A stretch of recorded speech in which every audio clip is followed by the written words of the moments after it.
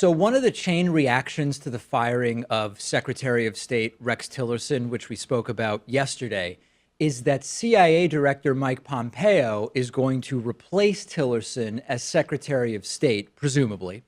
And that will lead to Mike Pompeo being replaced by the Deputy CIA Director, Gina Haspel.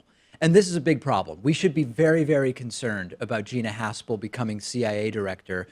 Yale law professor Asha Rangappa, when this news broke, tweeted an article talking about why torture is really bad for national security, where she said, since Miss Torture is poised to head the CIA, re-upping this piece, which explains why those policies were bad for national security.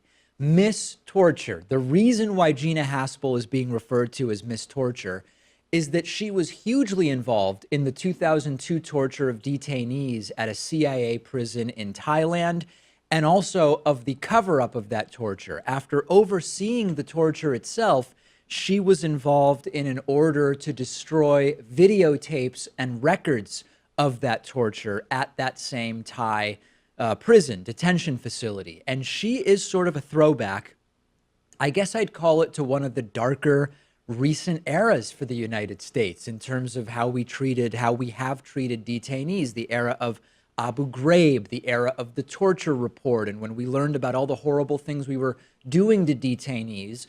And over the last several years, we've seen somewhat of a move away from that direction, not a total move away, but somewhat of a move away. And putting Gina Haspel in there is sort of a wink and a nod to that era of horrific treatment of detainees by the United States. Remember when Abu Zubaydah was waterboarded 83 times in a month? Gina Haspel was overseeing that, and she oversaw, as I mentioned, the destruction of evidence of those interrogations. So this is disturbing and should concern us for two different reasons. One is that if you promote Haspel, you might be signaling a return to, or at least sort of deference to, the torture era, if we believe we're not in the torture era anymore, which is sort of unclear.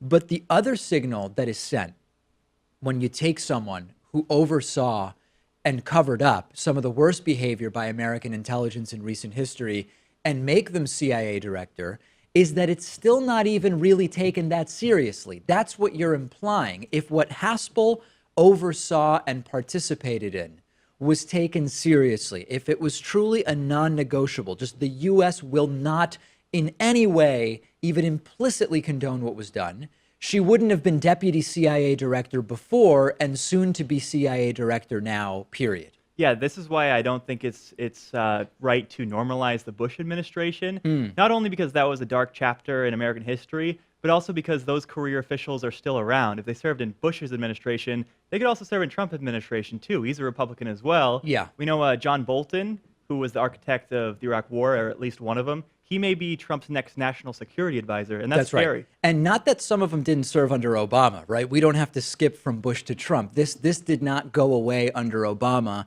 and it's a signal of the exact wrong values that the U.S.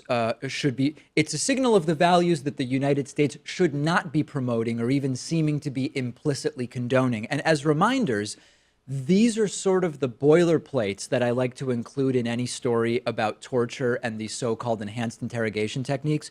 We know torture doesn't work. We know it's counterproductive. We know people will say and do whatever they believe they need to say to get the torture to stop. And it's also illegal under U.S. and international law and treaty. And if we are the country of the rule of law, which Trump, I guess, says we are, we should be against it. And obviously, it's laughable to think that under Donald Trump, we are the country of law and order. Yeah. Do you think there's a chance that Haspel won't get confirmed by the Senate? I think that's our only chance at this point. I think that that is the only chance, and I think there is no chance. I think that she is absolutely going to be confirmed. And we are quickly moving downhill here. It's getting worse and worse. And it doesn't just stop. There's a couple of moves that are happening as a result of the firing of Rex Tillerson. Gina Haspel from deputy CIA director to CIA director is bad, but I also want to talk about what's going to happen with the guy that's moving from CIA director potentially to Secretary of State. The video you just finished watching was made possible by you through the membership program. You can sign up for membership at davidpakman.com/membership. We are viewer-supported independent media. You can use the coupon code IVOTED17 for a 40% discount off of your membership.